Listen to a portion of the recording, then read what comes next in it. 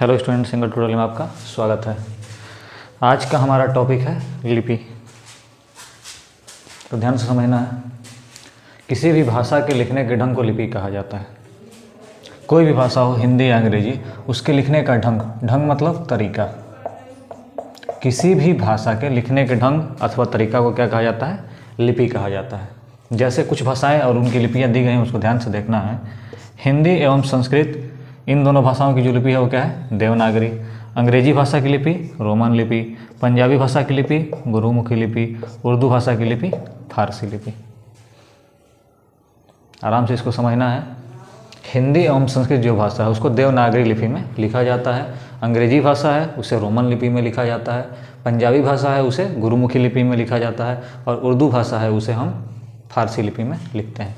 जैसे उदाहरण के तौर पे हम हिंदी भाषा की बात करेंगे।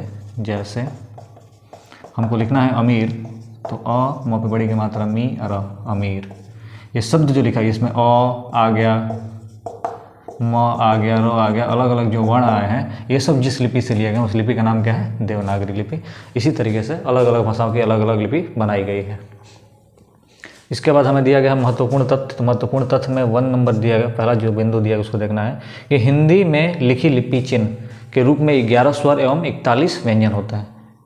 स्वरों की संख्या एवं व्यंजनों की संख्या जो है उसको अलग चैप्टर में हम बात करेंगे, लेकिन यहाँ पे ये याद रखना है कि लिपि चिन्ह जो होती है देवनागरी लिपि में, उसमें स्वर जो होते हैं वो 11 होते हैं और 41 जो क्या होते हैं? व्यंजन होते हैं।